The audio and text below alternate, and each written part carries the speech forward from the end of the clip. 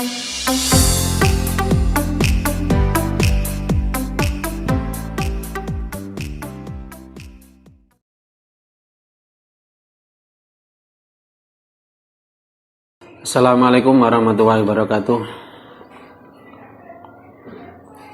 A'udzubillahi minasyaitonirrajim. Bismillahirrahmanirrahim. Hamdan wa syukran lillah wa salatu wassalamu ala Rasulillah wa ala alihi wa sahbihi wa mawalah amma ba'dah. Alhamdulillah adik-adik, kita lanjutkan lagi untuk materi membaca kitab Fathul Qorib, belajar membaca kitab Fathul Qorib.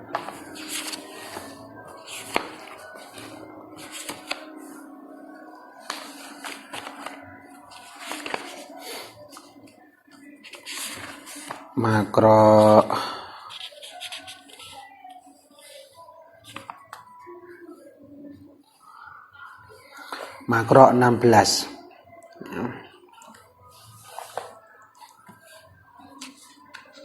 Al-Fatihah.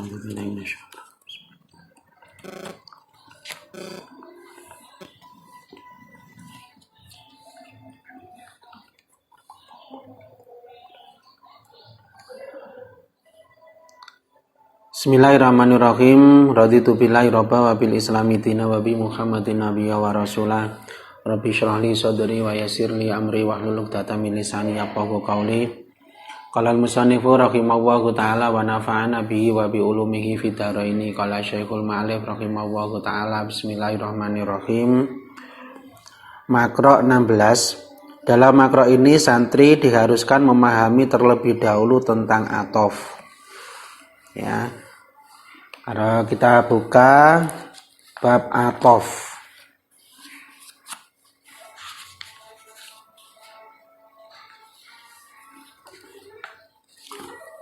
Atof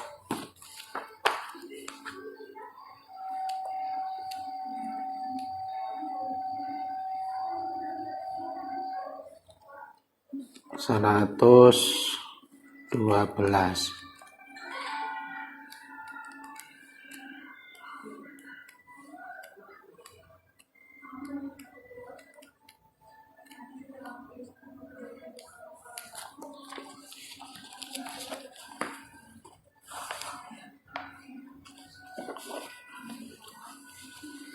Ini adik-adik ya, nanti ini adanya di Nahwu Abstrak jilid 2 bab 10.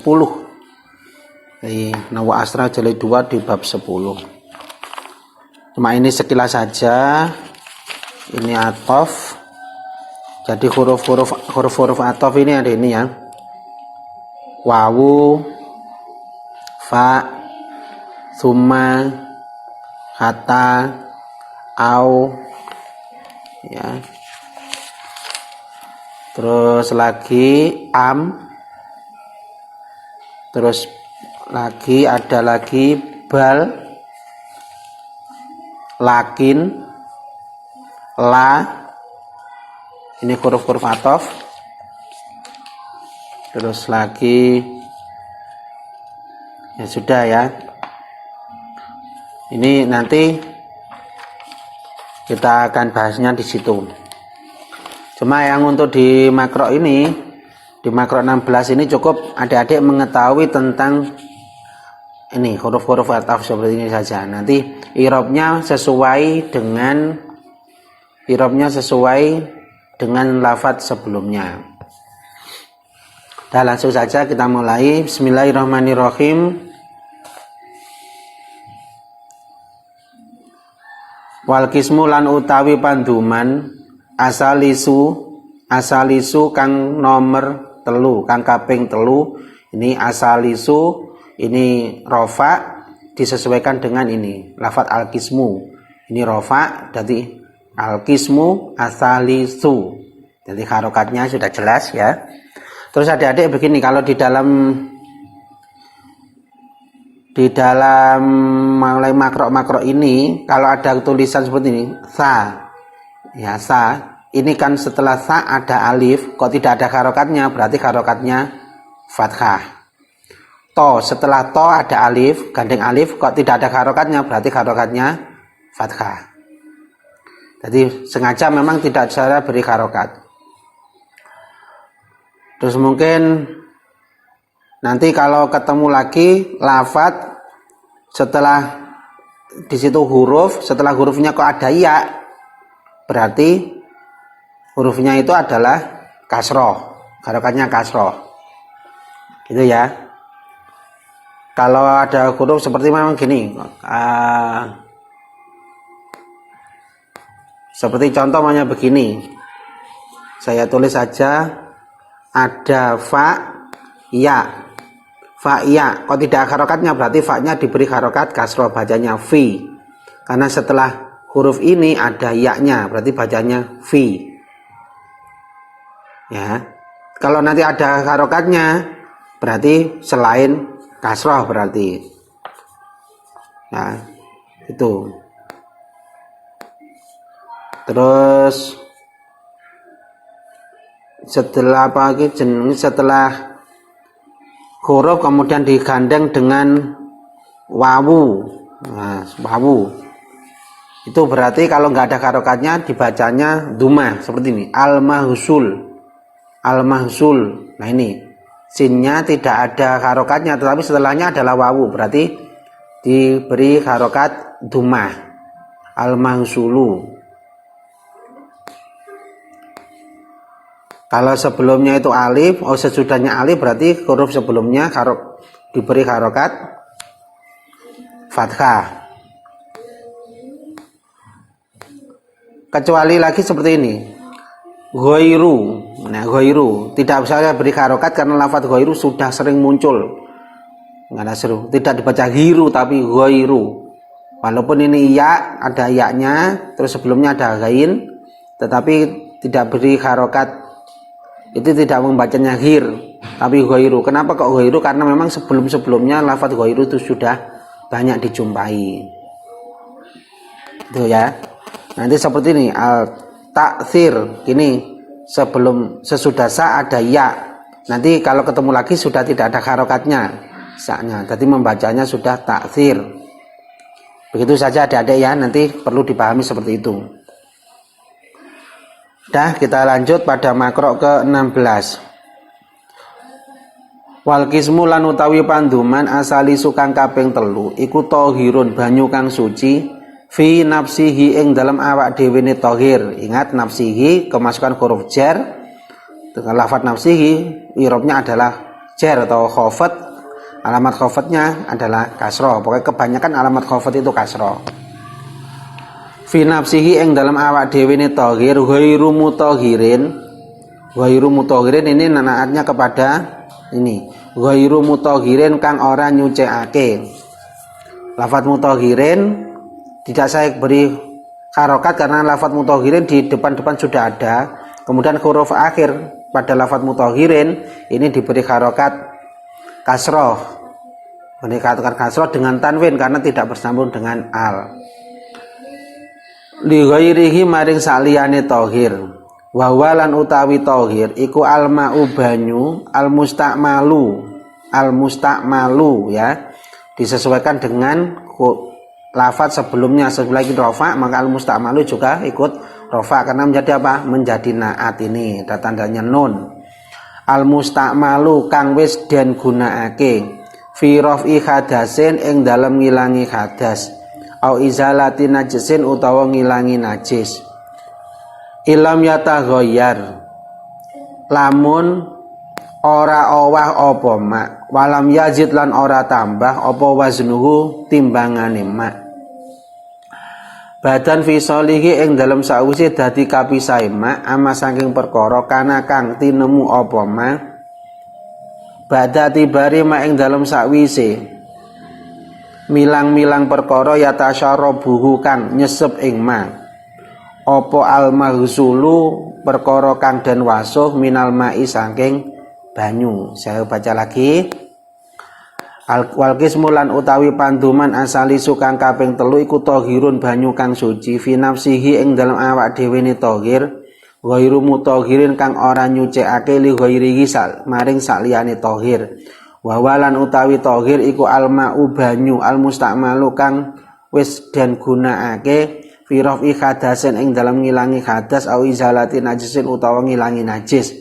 Ilam yataghayyar lamun ora owah apa mak walam yazid lan ora tambah apa wasnuhu timbangane mak badha fi solihi ing dalam sakwise dadi kapisah mak amma saking perkara kana kang tinemu apa mak badha tibari mak ing dalam sakwise milang-milang perkara ya tasyarrubuhu kang nyesep ing mak apa al-maghsulu perkara kang den wasuh minal ma'i saking banyu. Bismillahirrahmanirrahim. Pembagian air yang ketiga yaitu air yang suci tetapi tidak bisa menyucikan pada yang lainnya. Air yang suci tapi tidak bisa dibuat untuk bersuci. Ini pembagian yang ketiga. Yang pertama adalah air yang suci dan menyucikan. Yang kedua adalah air yang suci dan menyucikan tapi makruh menggunakannya. Ya, yang ketiga adalah air suci yang bisa dibuat untuk sesuci tapi makruh menggunakannya, yaitu ma'ul musammas. Dan yang ketiga adalah air yang suci tapi tidak bisa menyucikan pada yang lainnya, yang pembagian ketiga ini. Wa huwa al-ma'u al-mustamalu fi rafi hadasin au izalati najasin ilam yataghayyar. Yaitu air mustakmal, artinya air mustakmal air yang telah dipakai untuk menghilangkan hadas atau menghilangkan najis. Begini, jadi umpamanya saya wudhu, kemudian air bekas wudhu ini netes, dan air ini menjadi air mustakmal karena setelah digunakan untuk berwudhu atau menghilangkan hadas. Karena itu kemudian ada yang ulama yang hati-hati karena wudhu biar seperti ini ya, jangan sampai tetesan air ini yang berada setelah anggota yang dibasuh kemudian menetes mengenai air yang berada pada tangan yang digunakan untuk mau membasuh. Tadi begini. Nah, ambilnya gini terus ketetesan. Ini ada ulama yang ngati-ngati bahwasanya air yang di sini menjadi air yang mustakmal. Ya karena itu kalau butuh ya begini aja.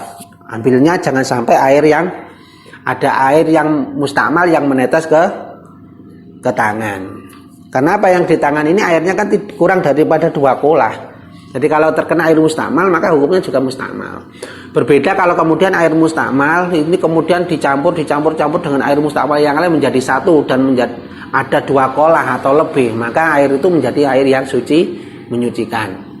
Jadi begini, si A wudu, bekas air wudu ini kemudian menetes di ditadai tong.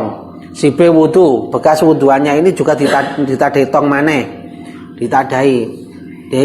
Dan sampai ada 50 orang mungkin yang wudu kemudian air yang menetes air yang menetes masuk di dalam tong. Akhirnya tong-tong yang ada 50 itu kemudian dijadikan satu, karena satu tong itu kan menjadi mustakmal karena kurang 2 kolah.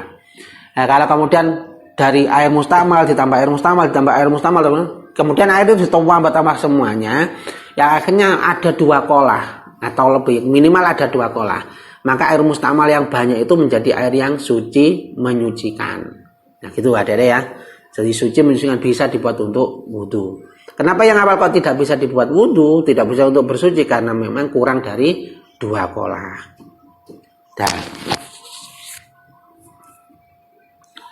Atau air mustakmal itu air yang setelah dipakai untuk menghilangkan najis. Jadi tentu saja najisnya adalah najis yang hukmiyah bukan ainiyah. Kalau najis ainiyah akhirnya airnya menjadi mutanajis juga. Artinya begini, kalau ada ayam kemudian buang kotoran itu di masjid,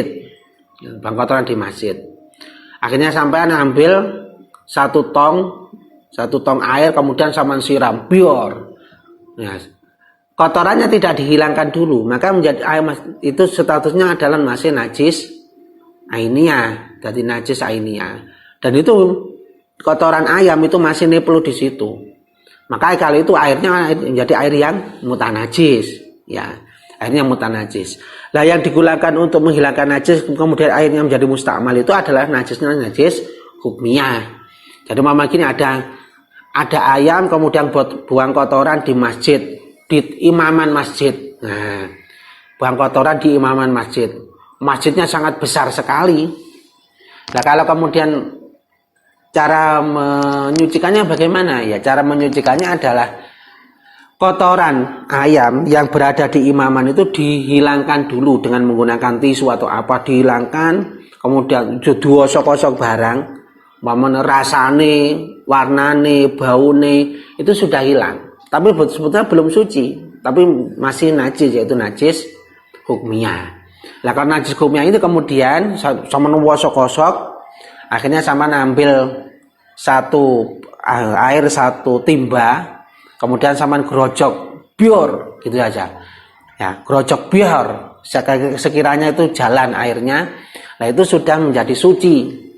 Ya, imamannya sudah menjadi suci dan tidak usah kemudian dipel sampai sak masjid kabeh dipel karena meneleken oleh imaman, enggak usah. Ya, cara menyucikan seperti itu. Lah airnya itu menjadi statusnya air yang telah digunakan menghilangkan hadis hukmiyah, itulah yang disebut dengan air mustakmal. Dengan catatan ilam yataghayyar walam yazid waznuhu ba'dan fisalihi amma kana ba'da tibari ma yatasyarabul masul minal ma.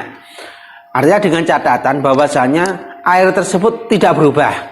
Yang satu, airnya tidak berubah, sifat-sifat airnya tidak berubah.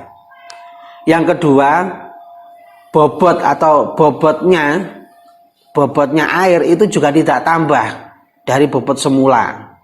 Setelah dipisah-pisahkan dengan baju atau apalah kuno yang baju atau keramik ya pokoknya yang disucikan.